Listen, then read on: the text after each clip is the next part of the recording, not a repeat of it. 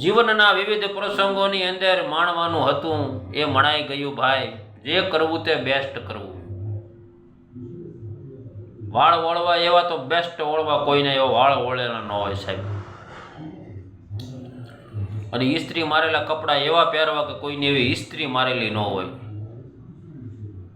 અને રોડ ઉપર two wheel ગાડી એવી રીતે હકારવી કે તમામ સિગ્નલનું અને આરટીઓનું આપણે પાલન કરતાં કરતાં, સિગ્નલનું પાલન કરતાં કરતાં એવી રીતે ગાડી હકારવી કે લોકો જોઈ રહે. જે કરવું એ ટોપ કરવું, ભલે થોડું કેવું કરવું. સવારે ઘેરથી નીકળ્યા હોય તો ઓફિસ સુધી આપણે ચાલીને જતા હોય તો આપણી હાલ બેસ્ટ હોવી જોઈએ. કોઈને એવી હાલ ન હોવી જોઈએ, એવી હાલ હોવી જોઈએ. એટલે એવું બેસ્ટ કરવું. મિત્રો, આવી આપણી વિચારસરણીને આવી આપણી વાતો અને વર્તન આપણું બની જાય ને, પછી જે કરવું બેસ્ટ કરવું એનું આપોઆપ થઈ જાય. એનું કોઈ બીજું કોઈ વિધાન કે વિધિ ન હોય. જે કરવું એ બેસ્ટ કરવું. સવારે વહેલા ઉઠી જઈએ 5 વાગે અને આપણી પથારી વ્યવસ્થિત હકેલી લઈએ, આપણી ચાદર વ્યવસ્થિત હકેલીને મૂકી લીધી, આપણો બ્લેન્કેટ ઓઢેલો એ હકેલીને વ્યવસ્થિત મૂકી દઈએ. જે કરવું બેસ્ટ કરવું. આ એક એક પોઈન્ટ જીવનની અંદર બહુ મહત્વના છે. આપણી સુખાકારી માટે, આપણા મનની શાંતિ માટે. આપણે એમ કે મનમાં શાંતિ કેમ નથી મળતી, પણ આપણે જે કરીએ છીએ ને એ બેસ્ટ નથી કરતા ને, એટલે જે કરવું એ બેસ્ટ કરવું.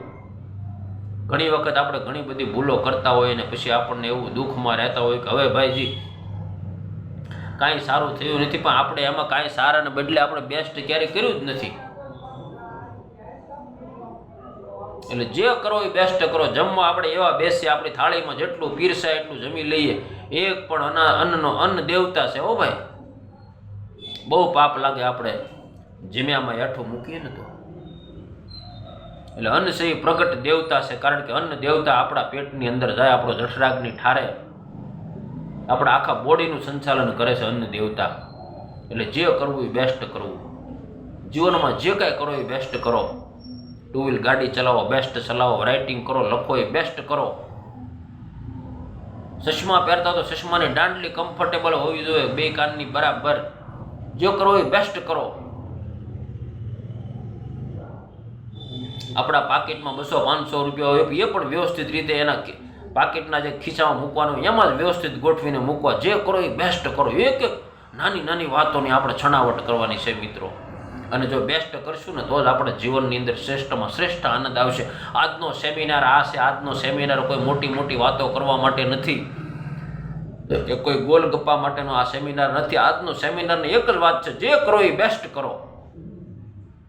તમને આની ફિલોસોફીના દર્શન તો થોડાક સમયની અંદર દેખાવા મળશે.